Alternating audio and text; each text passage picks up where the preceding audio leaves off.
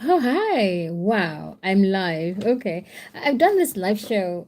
I think the last time I did a live show was when I was in the Ukraine about 2 years ago. But this is, I don't even know what to say, but this is cool. Like, I'm definitely going to start doing this even more often. I think it's a great way to just connect with people, whoever's listening.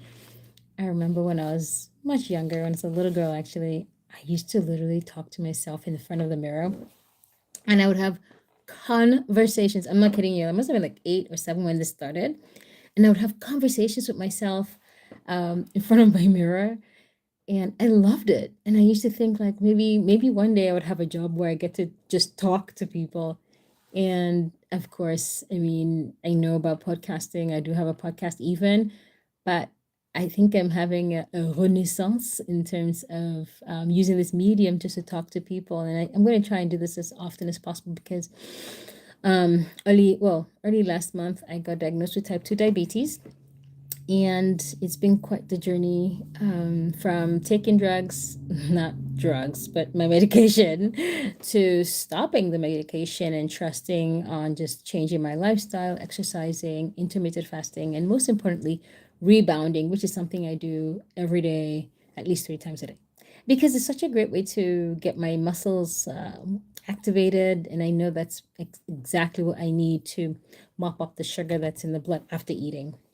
And so, yeah, maybe I want to kind of start again by just sharing some things that I've learned along the way so far. It's been a month now, and my blood, my fasting blood sugar is well, it started out great until I think I misjudged some foods. So my blood sugar was like always kind of after maybe a week or two, it started my fasting blood sugar was around um I would say 87, 94, and sometimes going up to about 100 and 107 or so. And then I don't know, I think I had like a lot of corn. I think it was corn. So I had a lot of corn and I noticed there was a spike in my sugar, and then of course it jumped. Yesterday, for example, my sister made some plantain chips, like unripe plantain chips. Like she's just gonna bake them, and they're so good. And I think I overindulged. So when I checked my blood sugar, it was up. It was high. It was like one. It was about 134, and I was like, "Oh my, like what the heck, you know?" So I ran out and did some jumping, and it went down to the when I checked again, it was about 111. Whoa! So to me, that's not. I'm definitely gonna just. I mean, I was thinking, oh, it's safe, but actually, it's not safe. It's carbs, and when you eat carbs, it's sugar, and then you see what happens. So yeah, that's kind of hi. I think I see some people joining in. Hello. Oh, hey, Velvet Moonlight X. Welcome. I'm just talking about my experience with my diagnosis of type 2 diabetes and what I'm doing to, cope with the whole experience. So yeah, so some foods I'm figuring out they're just not good for me. So then, when I notice that my blood sugar has spiked and the spike has kind of stayed in for a while, I just kind of like, you know, uh, yeah, chill out. Hey, Velvet Moon. I'm good. How's your day been today? Good, good, good. How about yours? How's it going? Thank you. Oh, farming guy. Okay, hi, farming guy. Hello. And Naxen Kwande. I don't know. I'm sorry. I'm sorry that you're I'm probably butchering your name. Yeah, so basically what I've normally done on this, my new lifestyle, because I was able to get my sugar, in check by eating healthy, and then comprises of eating mostly um it comprises of mostly vegetables, salads. I eat lots of salads with protein, and it's been good. I'm able to get satiated for the whole day. I do OMAD, so once a day, one meal a day, and it works actually. I'm happy with that. So, but then yesterday, for example, I had this plantain chips that my sister made, and it spiked my sugar. So I know, okay, not to, maybe not for now, because I'm still in recovery mode. Like my metabolic health is just repairing from all the sugar abuse over the years.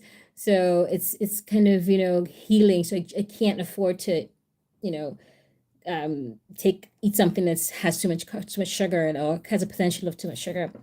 But yeah, so one thing I'm learning is that I need to be mindful of what I eat. Um, yeah, thank you, Velvet. And what else? So now for me, regarding my diagnosis, I have to wait until next month, August, to get a second test. So when you first get the type 2 diagnosis, hopefully you're not, you get to do an HbA1c test, which kind of tells us, how the blood, the sugar and the sugar in your blood ratio, like how much sugar is in your bloodstream. So this tells us over the span of 3 months, it gives us an average of, the density.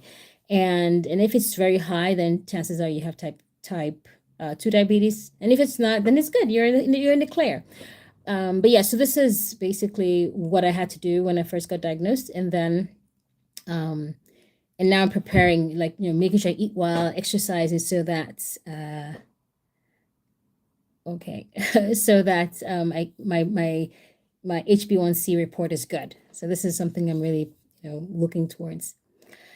The crazy thing about diabetes, and I always talk to people, especially now that I've have had this diagnosis, but of course I'm working towards, taking care of myself better and eating better, is that, back in the day, like, okay, when I say back in the day, like, let's say 6 months ago, kind of overweight, I had a belly.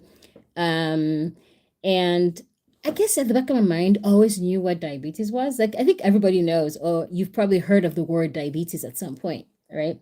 So everybody knows what this disease is, but I think that we don't really know what it is. I feel like we know what it is, but we don't know what it is. And this has been, um, yeah, I guess it's one of the reasons why this is a disease that just kind of creeps up, because you're overweight, eating too much sugar or too much carbs, but you don't really know, like, how much you're damaging your body, like in my case, you know. Souza, hi. Yes, I'm American. Thank you. Um, oh, Velvet, diabetic is hard thing to handle, something maybe. Oh, that's good. Hey, Velvet, I'm glad. That's good. You're taking care of yourself. That's very good. Yeah, but the thing is, what I was kind of do, of course, once I figured out I had this diagnosis, I started doing a lot of research, looking online, reading a lot, and I found out that in the US, for example, about 40 million people have been diagnosed with type 2 diabetes. Okay. Oi, tudo bem, Susan? So yeah, about 40 million people have been diagnosed with type 2 diabetes in the United States. And about 115 million people are pre-diabetic and don't even know it. So that's the tricky part. It's like a lot of people, like, you never think that you have it, right? Because yeah, you're fine. Like, you feel good, you look great. You may even be overweight and still look amazing, right? And just like me, like, I was just like, I'm okay, I never thought about it. I never knew, like, what the consequences were, you know. So, eu gosto de português. I love Portuguese, yeah. So, the thing is, I just never knew. I just didn't think that it was important until it became really important. I mean, and it happened really quickly. Like, I went from one day just totally fine to the next day, like, just realizing I was, like, drinking way too much water. Like, I was insanely thirsty. And then I started going to the bathroom a lot, and then I noticed I dropped a lot of weight, and I was like, whoa, what's going on? So yeah, I remember my husband was just saying to me, like, I think this is a DM, diabetes mellitus. And yeah, so of course it was, and it's been kind of tricky. I guess one of the things that just has been really difficult for me, um, has been, like, this constant checking. Like, you constantly have to check your blood sugar. Not constantly, like, I don't use the continuous glucose monitoring device, not yet anyway. I use the glucometer, which I have to kind of prick myself. And it like, that was one of the first things I had to, yeah, it was difficult in the first yeah, it was kind of difficult in the beginning because you have to prick yourself, and it's like the idea of hurting yourself that's really hard to overcome. And yeah, it's something that I've kind of overcome. So one thing I've done, so I can show you what I use. I use this here. This is the device I used to prick myself. And before I had it on three. So the different knobs, I guess it depend, like I guess it determines how deep the needle goes, or the pin prick goes into your thumb or fingers. And at the beginning I had it at three, and it was like, oh, it was hurting a little, like, was hurting a lot for me anyway.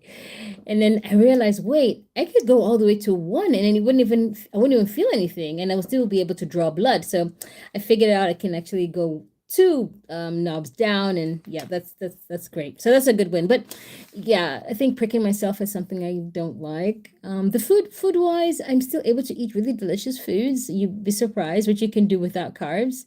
And now I'm really passionate about raising awareness. I think that, I think to myself, like, how many people can I get to? Oh, okay, Susan, sorry. I learned Japanese by myself, and I'm learning some American. Oh, cool. Well done. Sugoi. Ganbatte ne. Ganbatte. I used to live in Japan many years ago as an English teacher. Anyway, so I think for me, what's really important is about raising awareness. I just want more people to just know about, what diabetes is and how easy it is to creep in. Like, I just remember, before, of course, I would hear, but not really think that it could happen to me. And I think a lot of people are in that place where they just don't think that it can happen to them, right? Just like me. And people just need to be more aware. I think one of the biggest mistakes is that even up to last year, I would go to the doctor for like a regular checkup, and check you do like the fasting blood sugar, and it was always okay.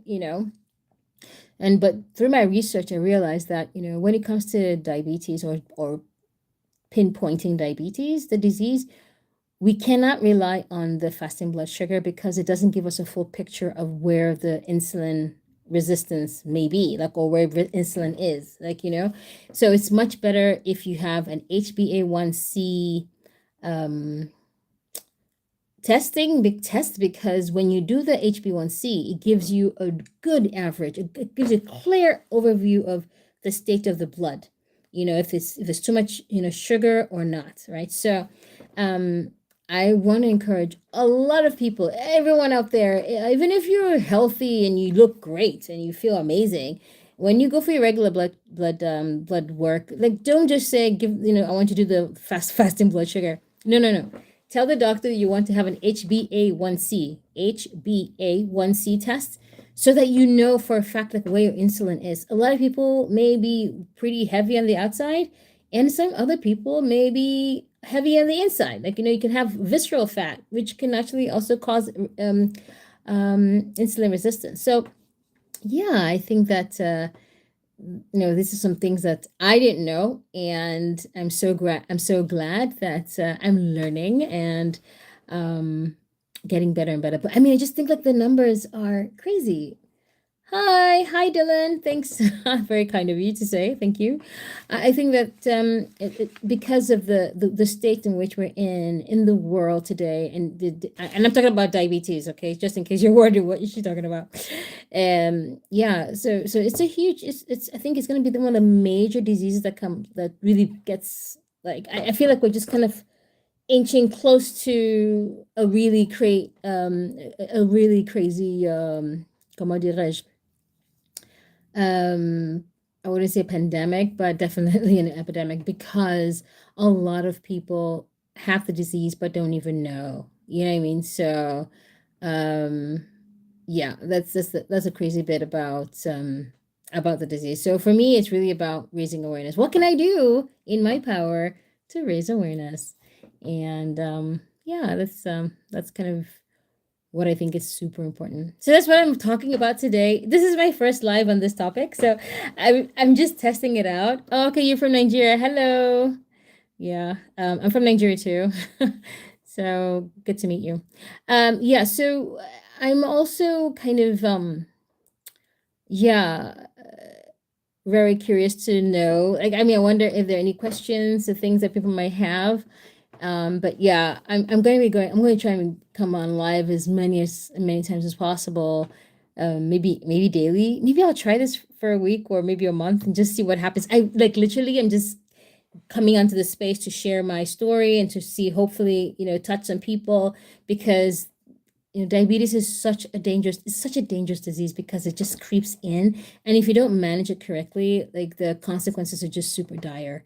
Like, there's a risk of, comorbidities like hypertension and stroke, blindness even. What else? Blindness. You could even have amputations, blurry eyesight. I remember like the beginning, like when I got before my diagnosis, like I noticed I couldn't even wear my glasses. I actually wear glasses regularly, but I noticed that I couldn't wear my glasses because I couldn't see things like, up close. It had never happened before. So yeah, I mean, these are things that happen. I feel like, you know, some people are way too young even, and I think no one should have this disease. But the beautiful thing is, the great thing about this disease is that it can be reversed, right? It can be reversed. When you reverse, you can reverse type 2 diabetes by changing your diet and by really eliminating sugar. If you can eliminate sugar, I can assure you, like, your life, I mean, the benefits are just astronomical.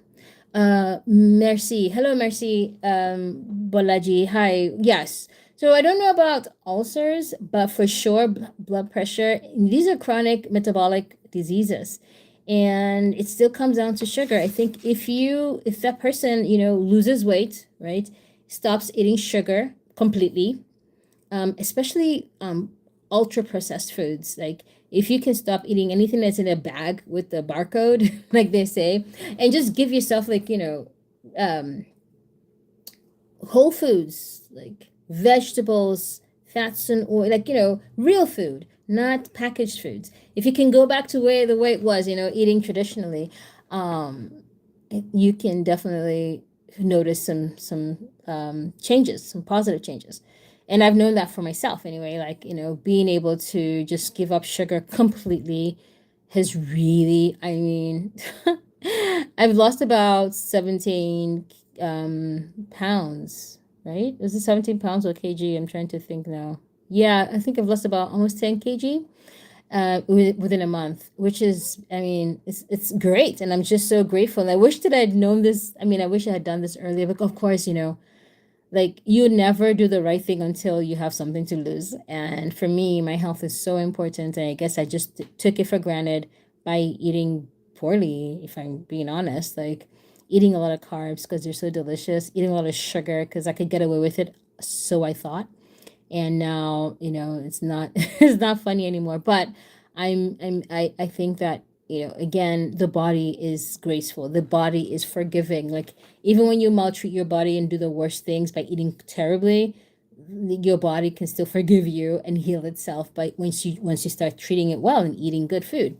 So yeah, so that's kind of been my, yeah, it's been my journey. I just felt like, oh, maybe I could just start, sharing online and sharing my journey and maybe answering questions. I have no idea. Like, this is my first time doing this live thing. But I think it's cool. Like, I really appreciate the engagement, and I will be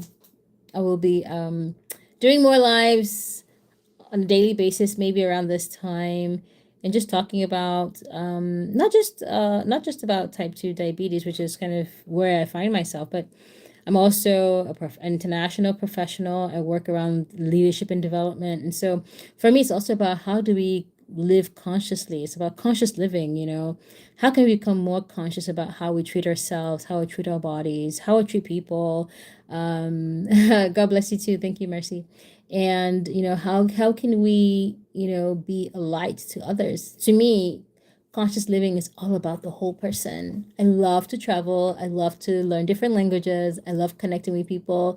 And now that I'm going through this experience with type 2 diabetes, I'm also very much interested in wanting to share my journey with everyone that's out there and interested in listening and learning, just because yeah, there's so many people that have this disease and they may not even know it. And maybe you may have a friend, a family member, I don't know, a colleague that may be going through this, so you know how to help them. I think one of the things I would love to see down the line is companies and people being more aware and conscious about people who may be struggling with these chronic illnesses, so that when they make food, they do that with some level of consciousness. They're not, adding a lot of sugar, that they're alternatives, just because sometimes it can be hard for people to say no because if someone has type 2 diabetes, chances are they've been kind of eating like a lot of poor food, making poor food choices. Yeah, so yes, these are some topics that I'm interested in exploring, and I'm curious to also hear about you, or for you all, if there's anyone in that scenario, if anyone's going through what I'm going through currently. I'm curious to hear what you think. Yeah, and curious to hear about this, if this was helpful too. I would love to hear more. I think I'm gonna hop off. I don't really know how this works. This is my first time doing this, but I'm really excited. I think I like this, and it's so nice to see people saying hi. I love that. So I'm gonna start going live every day. So, but please, if you haven't subscribed, please subscribe to Conscious Living with Amara. And I look forward to seeing you next time. And so until then, be well. Thank you, and bye bye. Okay, now how do I go off? This is hilarious. Oh my goodness. Yes.